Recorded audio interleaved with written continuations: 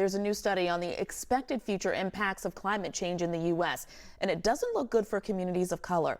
Overall, the study predicts a 26% increase in flooding costs from climate change by the year 2050, and black and brown communities will be hit the hardest, especially those in the South.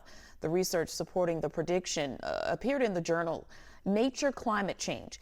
It says the cost of flooding in the U.S. will go from $32 million, that's today's value, to $43 billion in just 30 years. Now, the scary part of the study is it assumes that countries will reduce emissions in accordance with the Paris Climate Agreement. Now, if those reduction goals aren't met, the price could be much higher.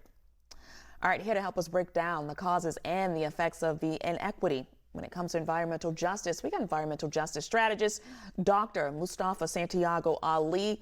Always a pleasure. Welcome back to BNC Live, Dr. Ali. It's really good to see you again, sir. So right now, flooding is more common in the Northeast and also in the Appalachian, where the population is overwhelmingly white. But will it shift to the South, according to this study? Well, it's already in the South, quite honestly. We spend about $750 billion right now on these climate-related disasters over the last 5 years. And we know that in the South, our communities are hit first and worst from the climate crisis, from these floods that are going on. And there are reasons for that.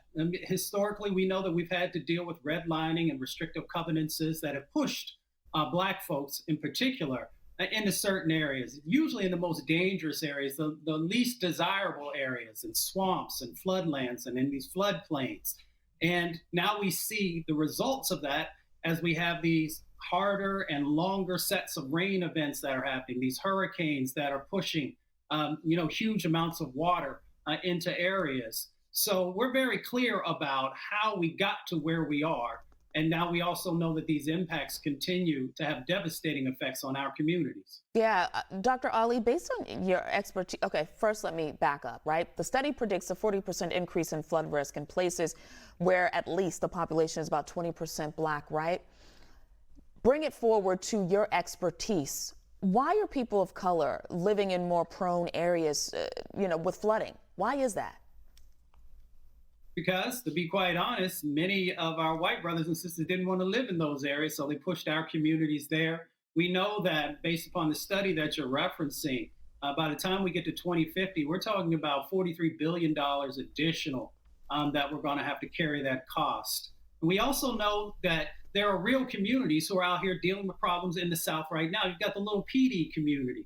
Right there off the Little PD River in Britain's Neck. It's a historic community. They've been hit 3 times by catastrophic floods. The floods are so bad in this community that the steeples on churches are almost covered by the floodwaters that are there. The schools have been shut down and kids are now being shifted because of the mold that came after the floods were there. Or you can go to places like Princeville, North Carolina, founded by freed slaves and been hit time and time again by these huge amounts of walls of water that run over these communities. And it's all because of, 1, how we've been placed into certain areas, and then 2, because of our addiction to fossil fuels, and 3, because of our lack of investments in our communities, in our most vulnerable communities. And that's where the solutions come in about those investments.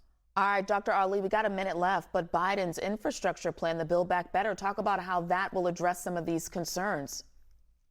Well, it gives us an opportunity to do a couple of things. 1, to break our addiction to fossil fuels, move more toward a clean economy, but also to reinvest in the infrastructure that's so necessary to make sure that our wetlands, our forests, our coastal areas have, and the dunes that suck up all this water are actually being healthy and being grown out. And then we also have the reforms that can happen also around the National Flood Infrastructure Insurance Program that gives us an opportunity also to make sure people have the information, but at the same time that we stop incentivizing people building in these floodplains. So we've got a chance to change this dynamic, and it starts with making sure that dollars actually make it to our communities to make the change happen.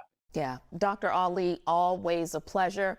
I can't wait to tell my colleague Del Walters that I finally got you back. You've been spending a lot of time with him, so I got to rub that in his face. Thank you, sir, for joining us.